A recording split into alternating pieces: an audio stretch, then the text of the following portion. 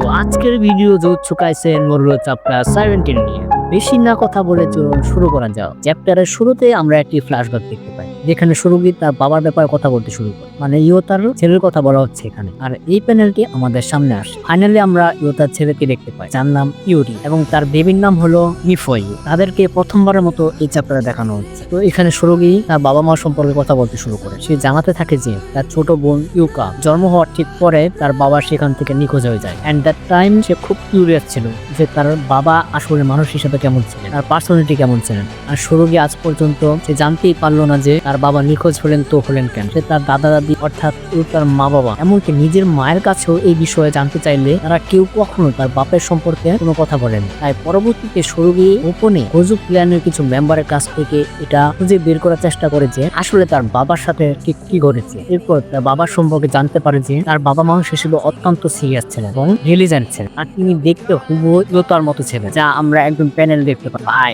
একদম same to same. কিন্তু তিনি এতটাই ভালো মানুষ ছিলেন যে তার ভালো মানুষ হওয়ার কারণে তাকে ব্যাকফায়ার করা হয়। আমরা জানতে পারি সুগরির বাবা ছিলেন, তিনি ইউতামাকি প্রজন্মের তুলনায় অনেক বেশি দুর্বল ছিলেন। তার উপর যখন চাপ সৃষ্টি হয় তখন তিনি মানসিকভাবে একদম ভেঙে পড়েছিল। এরপর সুগরি থেকে জানা যায় যে তার বাবা নিখোঁজ হওয়ার আগে একটি মেয়ে তার সাথে একটা হুডি পরা ব্যক্তিকে দেখেছিল। তার মুখে একটা ছোট্ট ক্ষতচিহ্ন ছিল। সে মেয়ে শুধু এতটুকু শুনতে পেয়েছিল যে ওই হুডি পরা লোকটি বলছিল ইট ডাজেন্ট ম্যাটার। কেবলমাত্র এই লাইনটি সেই মেয়ে শুনতে পেয়েছে এবং এই ব্যাপারে সুগরি জানে। আর সেই লোকটির সাথে দেখা করার পরেই সুগরির ফাদার পুরোপুরি নিখোঁজ হয়ে যায় এবং আজ পর্যন্ত তাকে আর কখনো দেখা যায় না। আর এই হুডি পরা ব্যক্তিটা আসলে যে ইউজি ইকাদোরি সেটা আমরা সহজে বলে দিতে পারি। ভাই এখানে আমি একটু ব্যাখ্যা করি কেন ইউকা এবং সুগরির বাবা তাদের ছেড়ে চলে যায়। মূলত সুগরি জন্মের পর তার বাবা তাদের সাথে ছিলেন, কিন্তু ইউকা জন্মের পর যখন এটা নিশ্চিত হলো যে সে ক্যান্সারও টেকনিক পেয়েছে, ক্যান্সারের টেকনিক পাওয়ার পরই তিনি নিখোঁজ হয়ে যায়, মানে চলে যায়। এই কারণে সুগরি বলছিল যে এর মূল কারণ ছিল তাদের বংশ মানে ক্ল্যান এবং কাস্ট টেকনিক। ইউকা এবং গোজো উভয়কে দেখা হতো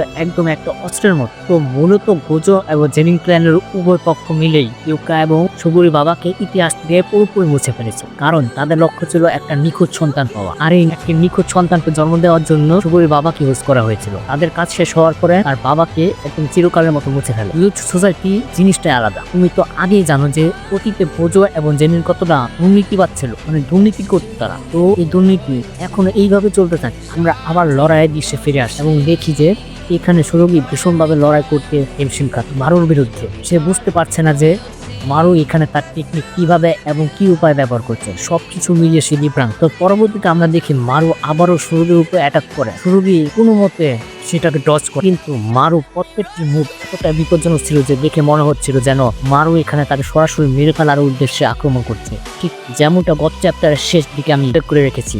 এরপর পুরো প্যানেল জুড়ে ছিল শুধু লড়াই আর লড়াই। যেভাবে মারু তার পুরোপুরি ডমিনেন্স দেখাচ্ছিল, সুরগি কঠোর পরিশ্রম করছিল, কিন্তু পুরো লড়াইয়ে সুরগি তাকে খুব একটা বেশি ড্যামেজ করতে পারেনি। পুরোটা সময় মারু আধিপত্য বিস্তার করছিল এবং অনবরত অ্যাটাক করে যাচ্ছে।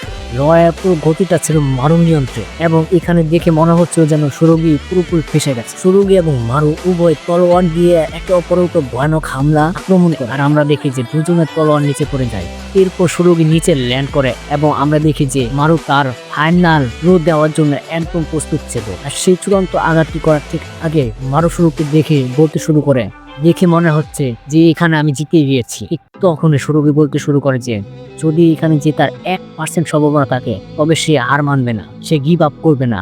গিভ আপ করবে না কার উপর? ইউকার উপর, কারণ ইউকা সেখানে বিপদে আছে। আবরা অনেক বেশি শক্তিশালী এবং ইউকা সেখানে মারাও যেতে পারে। তাই সে চায় যে কোনো ভাবে এই ডুয়েল জিতে নিতে, আর এই লড়াই জেতার মাধ্যমে তারা এখান থেকে চলে যেতে পারবে এবং সে ডুয়েল যেন এখানেই থেমে যায়। মারু এটা শুনে ট্রিগার হয়ে যায়। সে বলতে থাকে আমি তোমার মতো বাজি ধরছি, এখানে আমিও কোনো রিস্ক নেব না। আর এর সাথে আমরা দেখি যে মারু মারাত্মক ভাবে সিরিয়াস হয়ে যায়। জানি না ভাই সে এখানে কোন টেকনিক ব্যবহার করলো, তা এখনো প্রকাশ হয়নি। এটা কোন টেকনিক? সম্ভবত এটা হারমোনি জাতীয় কোনো কিছু, যা আমরা গত চ্যাপ্টারে দেখেছিলাম। আর এই টেকনিক রিলিজ হওয়ার সাথে সাথে আমরা দেখি মারু একদম হাওয়া করতে শুরু করে। সুরগি সত্যি খুব কঠিন পরিস্থিতিতে স্ট্রাগল করছিল।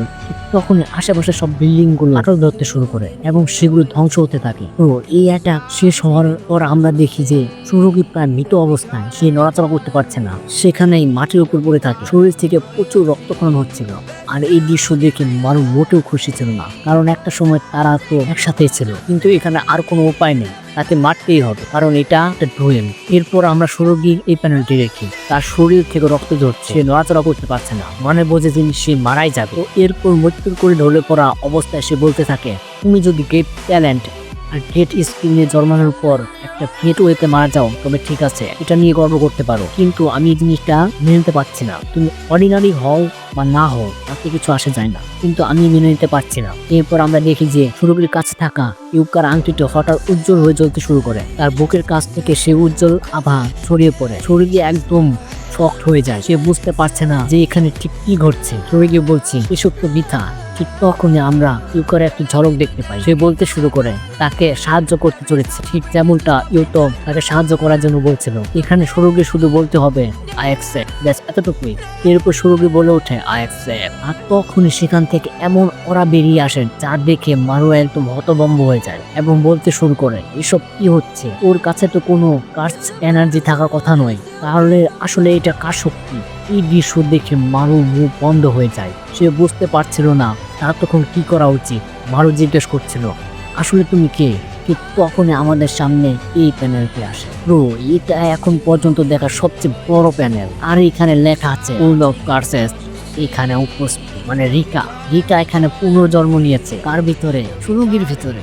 ভাই, ওরা দুজন মিলে এক হয়ে গেছে, যা দেখে আমাদের মনে হচ্ছে এটি এমন এক ভার্সন যা আজ পর্যন্ত আমরা জুজুৎসু কাইসেনে আগে কখনো দেখিনি। আর এই প্যানেলটি সত্যি অসাধারণ। ব্রো, এর আগে যে মারু কিছু বলবে বা কিছু ভাববে তার আগে আমরা দেখি সে রিকার সাথে ফিউজ হয়ে তৎক্ষণিক একটা ভয়ঙ্কর পাঞ্চ মারে, আর এই ঘুষির প্রভাব তোমরা এখানে প্যানেলে ক্লিয়ারলি দেখতে পাচ্ছ। এরপরে প্যানেলে আমরা দেখি মারু আবারও উঠে পিছনে দাঁড়িয়ে আছে।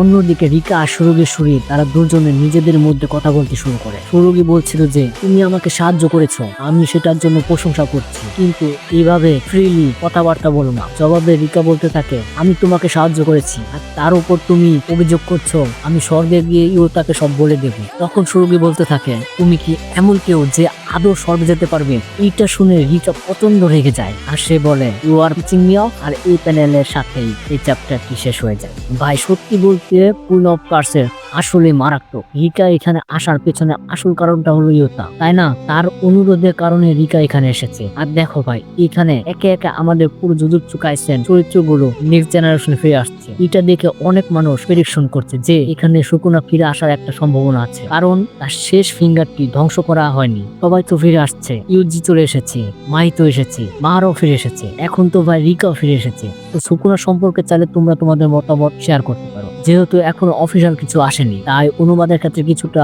এদিক সেদিক হতে পারে। বা এই চ্যাপ্টারটি এক সপ্তাহ পর আসার কথা ছিল। তবে আপাতত পুরো চ্যাপ্টার নিয়ে তোমাদের মতামত নিচে কমেন্টে জানাতে পারো। ভিডিও এই পর্যন্ত দেখে থাকলে একটা লাইক দিও, আর চ্যানেলে নতুন হলে সাবস্ক্রাইব অবশ্যই করো। এই ভিডিওটি দেখার জন্য তোমাদের অনেক অনেক ধন্যবাদ। তাহলে দেখা হচ্ছে পরে।